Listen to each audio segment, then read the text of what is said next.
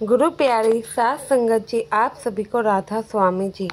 संगत जी, हमेशा ही किसी भी सत्संग में सुनेंगे या फिर नामदान भी लेने जाते हैं तो सद्गुरु जी यही फरमाते हैं कि हमें हमेशा हक हलाल की ही कमाई करनी है, हमेशा अपने हक का ही खाना है।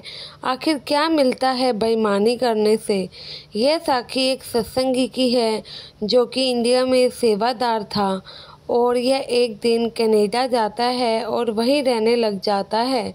वहाँ पर इनको अच्छा काम था और अच्छी कमाई भी हो रही थी, लेकिन धीरे धीरे ये अपनी कमाई के साथ बेईमानी भी करने लग गए और अपने जो काम में था वहाँ से कुछ समय निकालते और जो भी इनको काम था तो उसमें ये बेईमानी करने लग गए। धीरे धीरे बेईमानी करके इन्होंने वहाँ पर इतना पैसा इकट्ठा कर लिया कि थोड़े ही समय में अपनी पत्नी और बच्चों को भी अपने पास कनाडा में बुला लिया।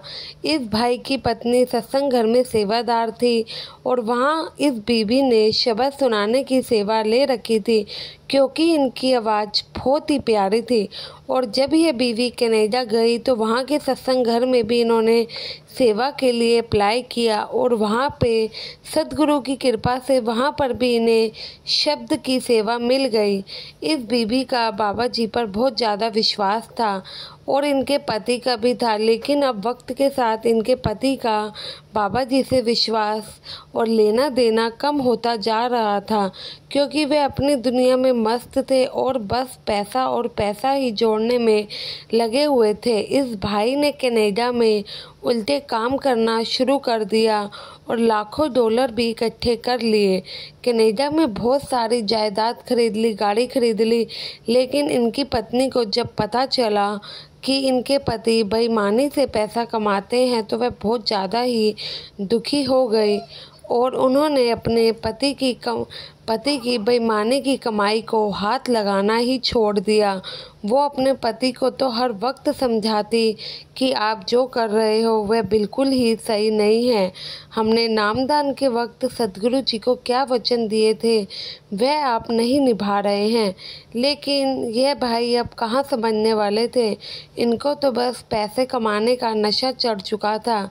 यह भाई अपने और अपने पत्नी का गुजारा करने के लिए कनाडा में बहुत ज़्यादा ही उल्टे सीधे काम करने लगे, लेकिन जब इनकी पत्नी को पता चला वह तो इनके पैसे नहीं लेती थी और उन्होंने कनाडा में एक नौकरी ढूंढ ली जिससे कि वे अपने और अपने बच्चों का गुजारा करने लगी क्योंकि वे अपने पति की बेईमानी की कमाई से अपना गुजारा नहीं करना चाहती थी और ना ही करती थी और इनके पैसे ना ही वे अपने बच्चों पर खर्च होने देती थी। इस बीवी के पति ने बहुत बार कोशिश करी लेकिन वह बीवी नहीं मानी। वह अपने पति के पैसे बिल्कुल भी अपने बच्चों और अपने ऊपर खर्च नहीं करने देती थी। वह कहती थी अगर नेकी की कमाई करोगे तो ही हम लोगों पे पैसे खर्च करना, वरना नहीं। अब इस भाई ने इतनी जायदाद संपत्ति तो बना ली, लेकिन इसकी कई पीढ़ियों का इतना था कि कई पीढ़ियों तक इंतज़ाम हो गया, लेकिन सब कुछ कमाया हुआ यूं ही धरा का धरा था। बीवी तो इनके पैसे को हाथ भी नहीं लगाती थी, ना बच्चों को लगाने देती थी।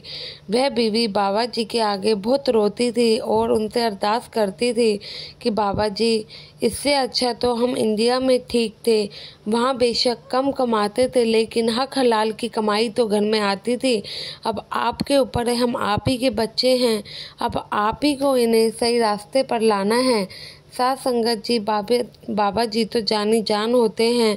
वे जब नामदान देते हैं तो उन्हें अपनी हर रूहों की जानकारी होती है कि कौन सा बच्चा उनके आदेशों को पालन कर रहा है और कौन सा नहीं, और वह किसी न किसी तरह किसी न किसी रूप में अपने बच्चों को ज़रूर समझाते हैं।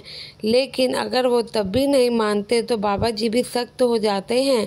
बीवी की अरदास तो बाबा जी तक पहुंच गई थी और अगली बार जब बाबा जी कनाडा सबको दर्शन देने गए तो बाबा जी ने संगत के साथ सवाल जवाब किए और बीवी की जिद पर वो भाई भी उस दिन बाबा जी के दर्शन करने सत्संग घर चले गया था और उस दिन इस बीवी ने बाबा जी से एक सवाल किया और उनसे रोते हुए कहती है कि बाबा जी, आपके पंछी गलत दिशा में जा रहा है, अब आपको उनकी संभाल करनी है। तो बाबा जी ने हाँ में सर हिलाया और बाबा जी तो सब जानते ही थे वह बीवी आखिर कहना क्या चाहती है। अब सवाल जवाब के कार्यक्रम के बाद बाबा जी सेवादार के जरिए उस भाई को बुलाने का मैसेज भिजवाते हैं, लेकिन जैसे ही वो मैसेज उनके पति तक पहुंचता है और सेवादार आकर कहते हैं कि भाई, तुमको बाबा जी ने बुलाया है, वे आपसे मिलना चाहते हैं, तो यह सुनकर वह घबरा जाता है।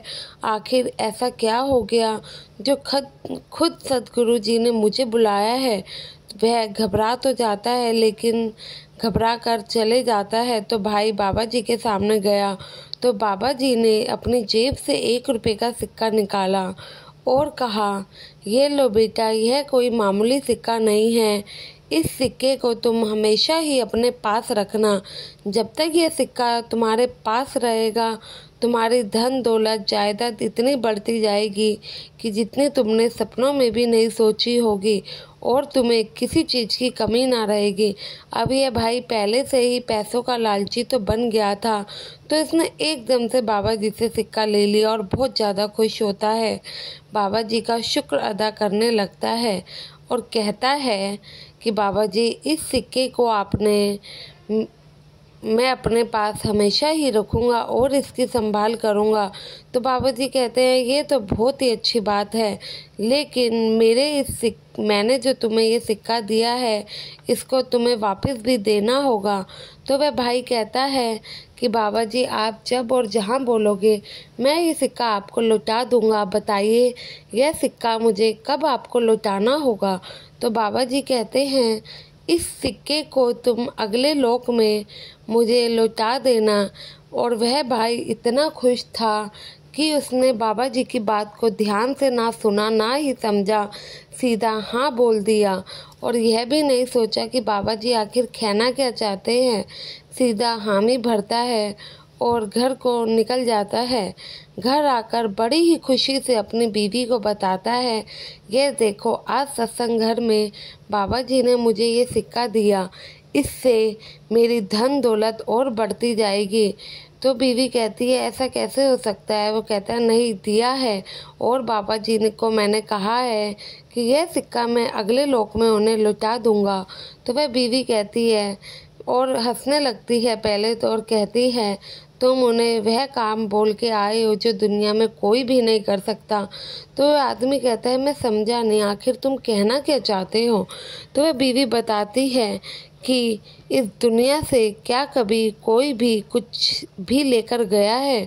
हम खाली हाथ आए थे और खाली हाथ जाएंगे, इसलिए बाबा जी ने तुम्हें ये वादा ले लिया और तुमने हामी भर दी।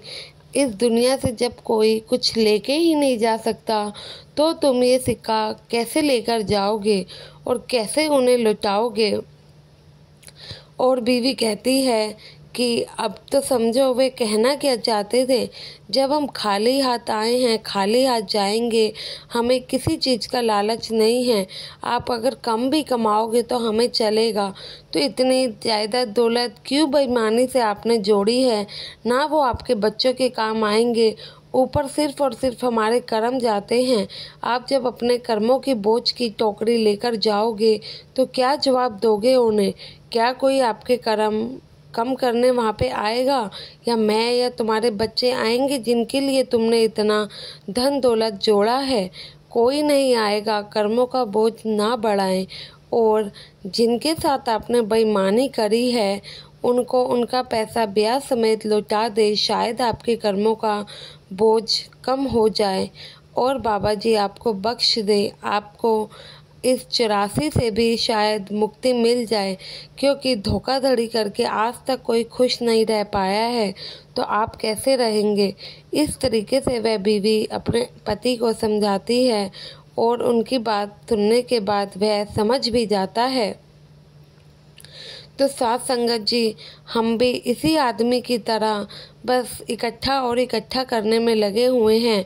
ज़रूरत से ज़्यादा ही इकट्ठा करने में लग गए हैं। ना ही भजन बंदगी करते हैं, ना ही ये देखते हैं कि क्या सही है क्या गलत। आशा है ये साखी आपको समझ आई होगी। तो संगत के अपने इस चैनल को सब्सक्राइब करना ना भूलें और कमेंट में राधा स्वामी ज़रूर लिखें जी। गुरु प्यारी साथ संगत जी, आप सभी को राधा स्वामी जी।